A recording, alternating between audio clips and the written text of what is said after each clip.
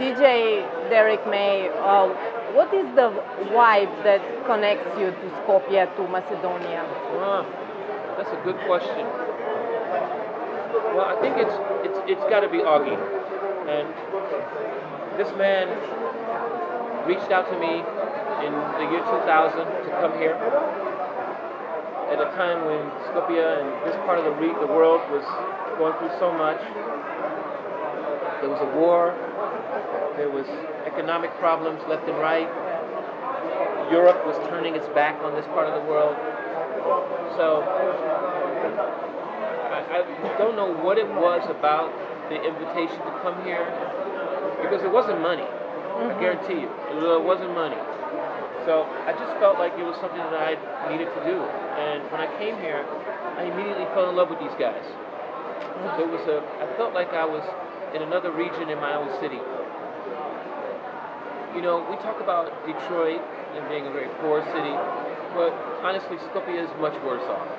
You know, but the people, they reminded me so much of my local Detroiters, as we say. Yes, but there are many Macedonians in Detroit. There sure is. Going back from the 1940s, a long time.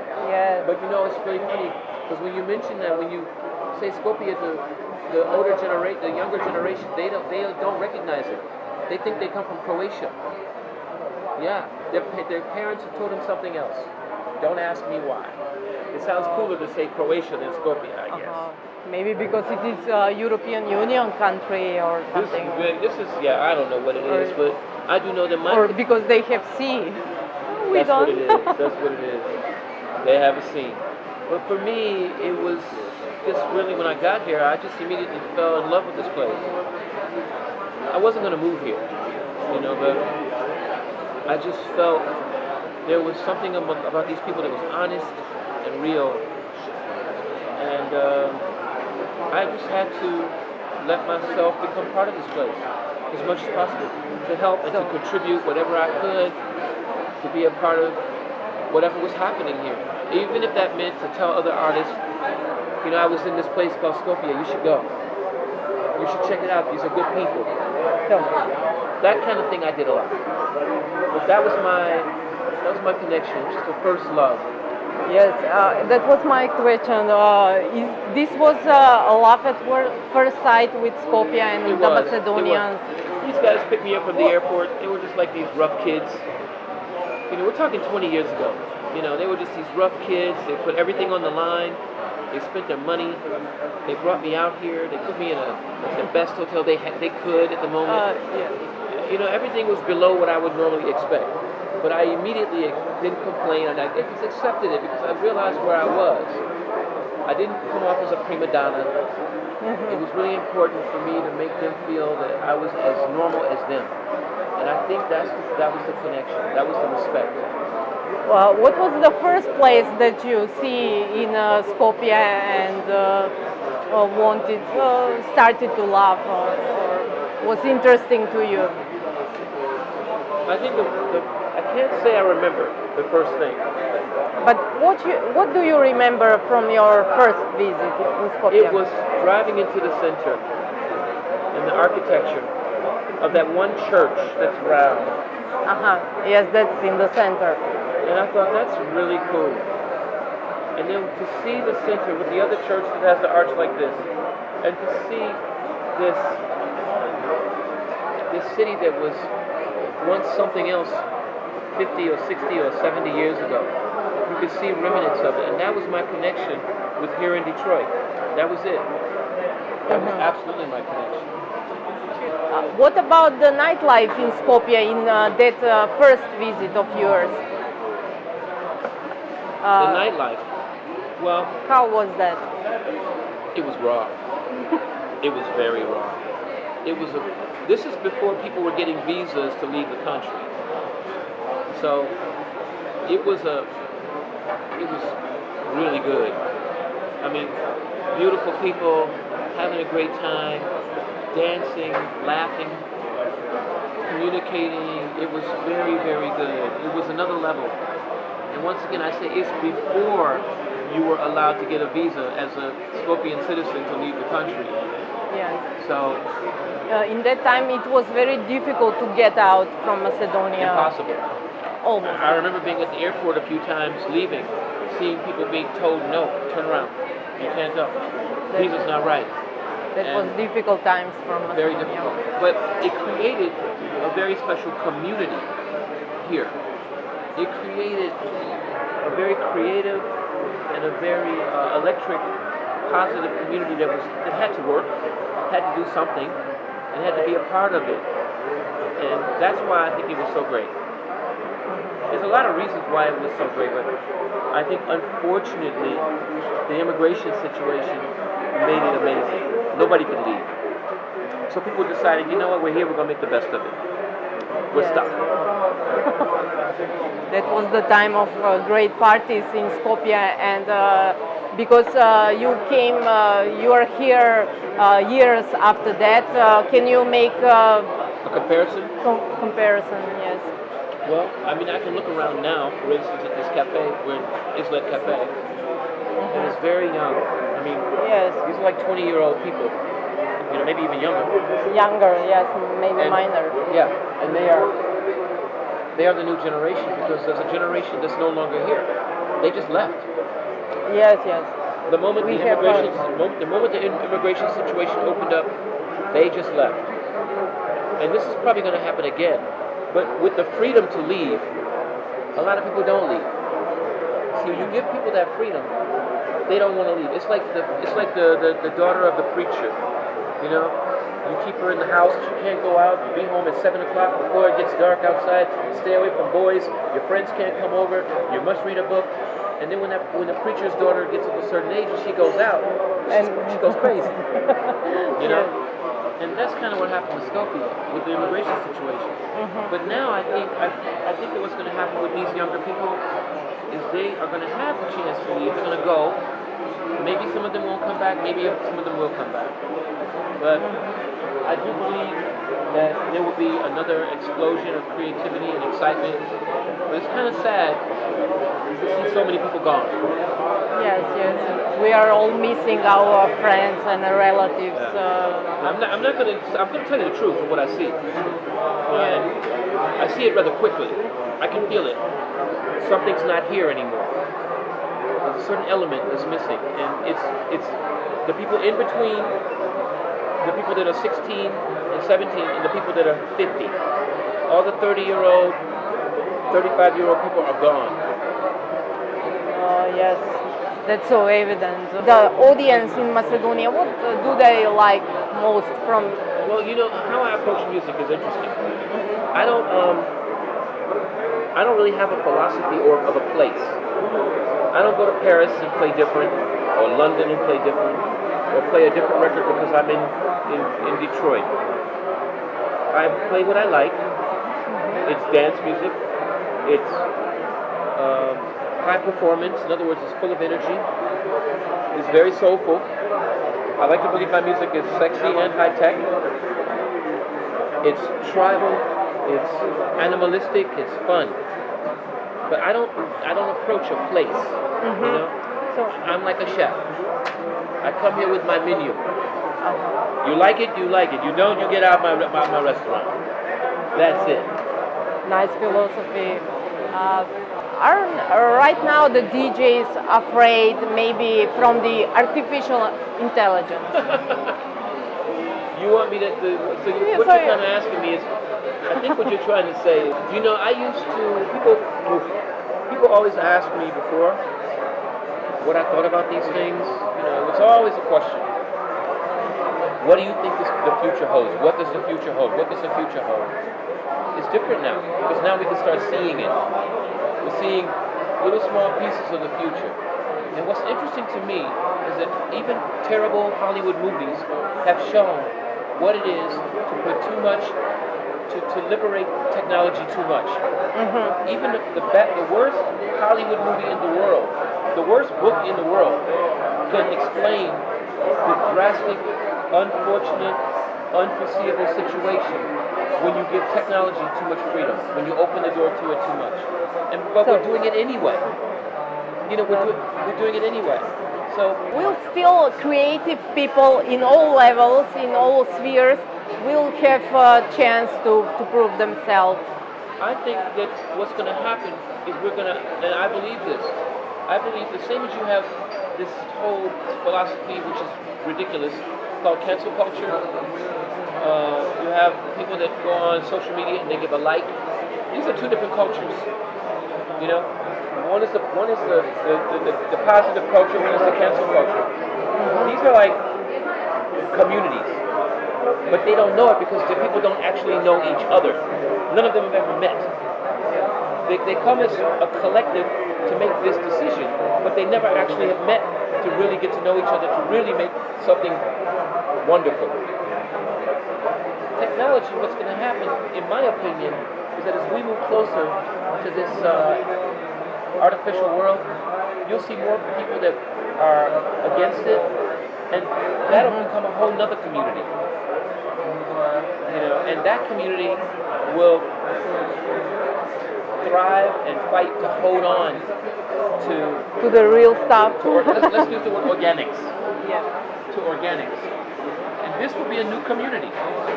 Now, I don't know how many people will be in that community, but I think that what's going to happen is we will have a community of organics that believe they don't believe in that. And it'll always be a place, in my opinion, for creative people if they choose to use it. The general public, you know, the great masses of human beings don't care about certain things. They go to the grocery store, they buy their beans, they buy their meat, they buy their rice. They never question where it comes from. It's a minority of people that spend the time to pay attention to what goes in their bodies and what they do with their minds. And I believe those people will always exist. And when it comes to artificial intelligence, they will exist for that as well. What are your habits? You know, are you right now, because the exercise is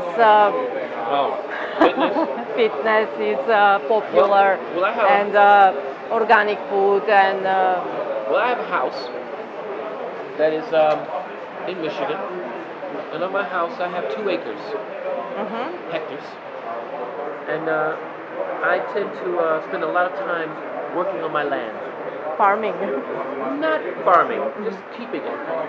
Chopping down trees, doing branches, pulling things, working around on my property. Gardening mostly. Well, 2 acres is a little bit more than gardening. Yes. Let me tell you. That gardening is a little piece of nothing, okay? This is not gardening. So, I do maybe that. a ranch. I take care of the house, and then of course I still have my record company, Transcribe Records. Those are the things that I focus on and spend the most time with. I have my daughter, but she's 19, and you know, 19 is like, see you, daddy, see you later. Yes. But that's what I like to spend personal time on my property and within my record company. These are the things that I do right now. I mean, photography was very important to me for a very long time.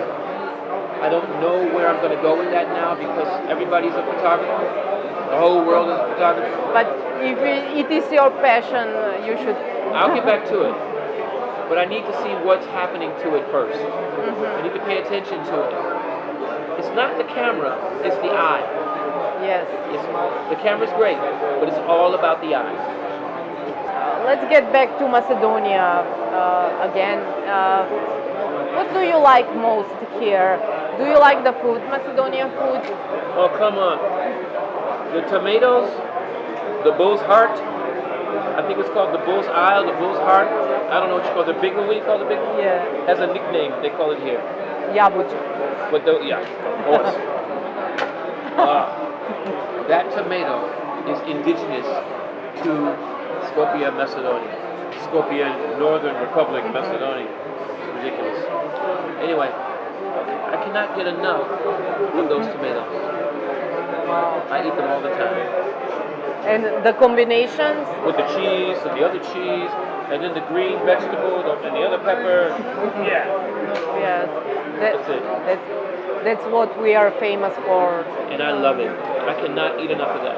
And other Macedonian food recipes, maybe. Good fish, of course. Yeah. But I'm not a big meat eater. I don't eat meat. I eat a little bit of chicken, but it's not my thing. So I'm mostly eating fish and vegetables, and that's it. Hey, look at me. I'm 60 years old. I look like a young man, huh? Healthy life, yes.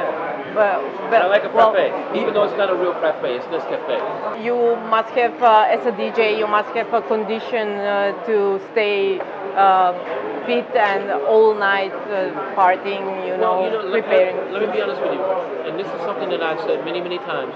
I have never once tried drugs. This always amazes people. I've never tried drugs. Nothing. I've never even smoked weed. Never. Never even tried marijuana. Isn't that amazing? Yes, But yes, of course. But it shouldn't be. It shouldn't be. It shouldn't be amazing. It should just be, that's cool. Wow. But in this line of work, in this business, everybody is expected to have some sort of problem or some sort of issue with drugs. All the musicians are connected with somehow with drugs and. So I never messed with it. Never tried it. Never even come close to it. It's not my thing at all.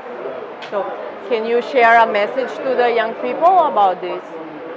Not really. You know why? Because people are going to make their own choices. Yes. It's you I'm talking about. People are going to make their own choices. Yes, of course. And the problem with young people is that they're young. Yeah, they have to try everything. You have to figure it out. I was raised a certain way as a little boy, where drugs was never seen as cool or sexy or fun.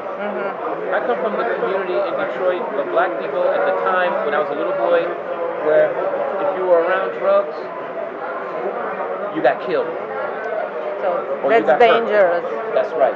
So I grew up with that. So in that period where people were trying things, it wasn't my setup, it wasn't my group of friends. Because we were afraid of that. Because we were afraid of the people that were around that. So we played sports and we did other things. You don't mess around with wrong people. Not as a kid, no. As a grown-up, you meet stupid people, but as a kid, no. I was just a regular kid. But I was never impressed with the idea of, the people that did that. And then when I got to be a man and I saw people do it, I tried not to judge people. Yes, of course. People do what they do. I try to encourage people not to do what they do. And when it comes to young people, as you were saying, it would be nice to give them a message. But I think the one message is to just be yourself. Don't believe that you have to do what everyone else is doing to be considered part of the group or something special. As a matter of fact, not to do it makes you special. But my message falls on deaf ears, because people have to learn these lessons for themselves. And hopefully they have good parents that can say, listen, that was stupid, don't do it again. It's not easy. It's not easy, especially with teenage kids nowadays. Yes. But they believe this person because they're cool for this 1 minute. You said that today you saw Gian and also Macedonia. Talking about Gian. Okay. So as I was saying about Gian, I saw him today at the Modern Art Museum for the commemoration of the earthquake. Yes. And I had a chance to also meet the Ministry of Culture. I met several members of the government, and I actually met the president. And that was interesting. Why? Well, it's always interesting to meet someone of such esteem, someone who has such accomplishment. He seemed like a very nice guy, and it was a pleasure. So how many musicians or DJs can say they met a president in any country? Have you met Biden in your country? No. No. Not interested in meeting Sleepy Joe. Maybe Trump before that? No. No? Trump. Do you like Obama? Of course. But let's be honest. Every president, I don't care who it is, every American president has blood on their hands. Clinton. Except Trump? Interestingly enough, he does. Yeah. Because he turned his back on domestic abuse. He turned his back on women. He turned his back on the black community. He gave the police an opportunity to be very violent. He encouraged fascism. By encouraging fascism, people were hurt and they died from it. Are you familiar with the politics? Do you follow all the stuff that is happening in US? I try, but not everything. Some things I miss. For instance, what? Well, right now, do you have your opinion about the war in Ukraine right now? Well, we were talking about it earlier. I think it's hard to have an opinion. I think it's easy to see what everyone sees because of the media that's reporting. Mm-hmm. It's easy to see that the Ukraine citizens are being bombed in their homes. It's easy to see they're being chased out. It's easy to see there's refugees. Yes. It's very easy to see that the Russian government is fighting hard, and on the other side, the American government is giving weapons to the Ukraine to fight back. It's easy to see those parts. But it's not easy to understand exactly what all of this is. You know, what is really going to come from all this? What is the point of all this? You know, I mean, so I think it would be nice to know more, to have more information. It's very easy for the media, the public, for I call it the sympathetic social media community, to believe that Russia is the almighty evil in this situation, because Putin is an asshole. So it's easy to see that. But it's not the truth necessarily. It's more to that than what we see. And I'd like to know everything. What do you think about the content in the social media in general? What is, are they misinformations? Are they unuseful things for the people, for the audience? I think that social media is controlled by, in my opinion, social media is controlled by search engine optimization companies. And I believe that the reason you see the same post every 5 days, every 3 days, is because these companies that are reposting this are generating a lot of money, and they're also building narratives to push and sway people into a certain mentality. That's what I believe. So I believe that if you believe more than 50% of what you see on social media, you're stupid. Be very careful. It's entertainment. It is entertainment. Now, there are some things that are very true, of course. And there are some sad things. And there are some really good things and funny things. And there are some great stories about real human beings. But be very careful. Because social media has now been taken over by people that simply want to build narratives to make money. That's it. That's great danger for everybody. For them. Yeah. Because see, you and I can see it. We can see this is not right. We can think, wait a minute. But for them, no, they don't see it. You're having a concert. A show with Augie. A show. Yeah. Oh yeah, coming up in a few days. Next week, I think. Yeah.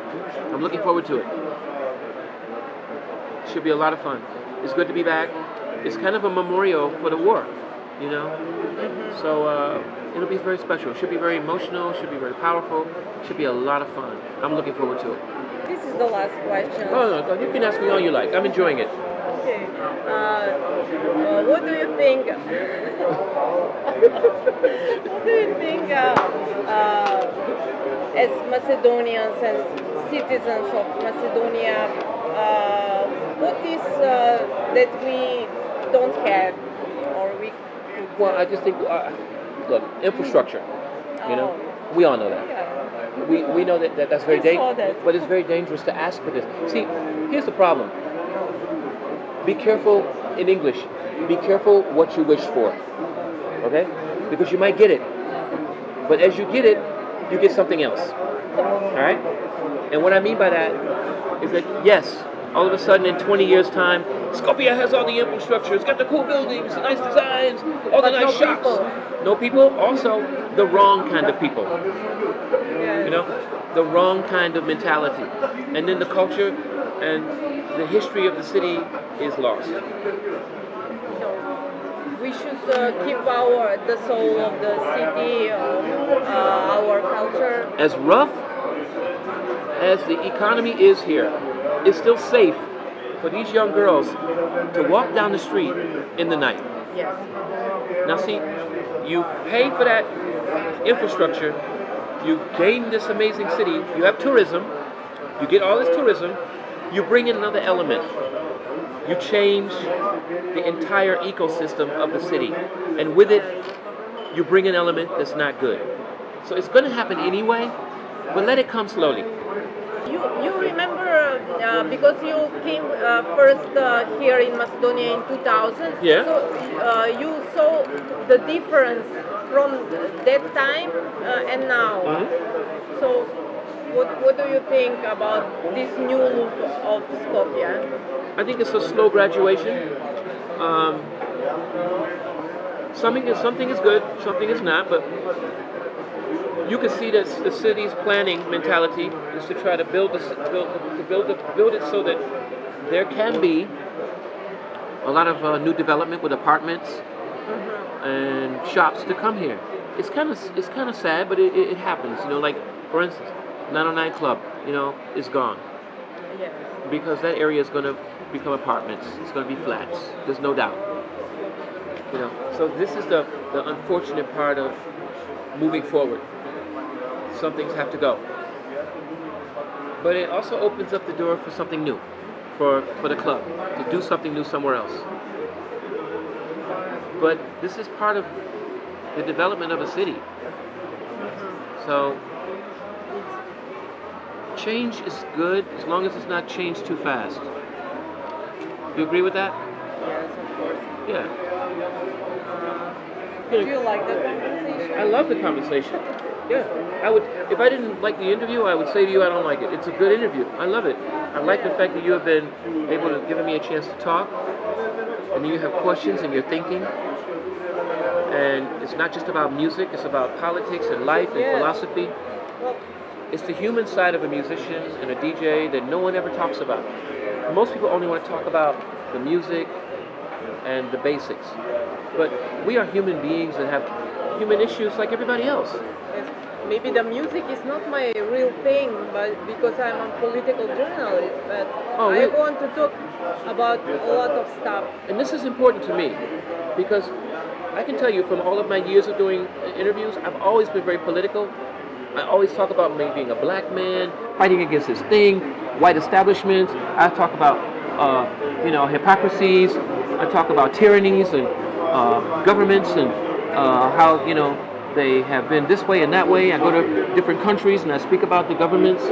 I try to do it in a respectful way so that if somebody sees this on television or in the news, one way or another, that they don't want to say, hey, that guy, why would he say that? I want to say it in a constructive way. I have a voice, I want to use it, and I like to use it. Your voice is very appreciated because you're a famous artist. Voila. It's nice talking to you. Well, And you as well. This has been a wonderful interview, and everybody, I hope I see you again somewhere. I am in Skopje. My name is Derrick May, and this has been wonderful. All right. Thank you. Have a nice show. I will. And see you.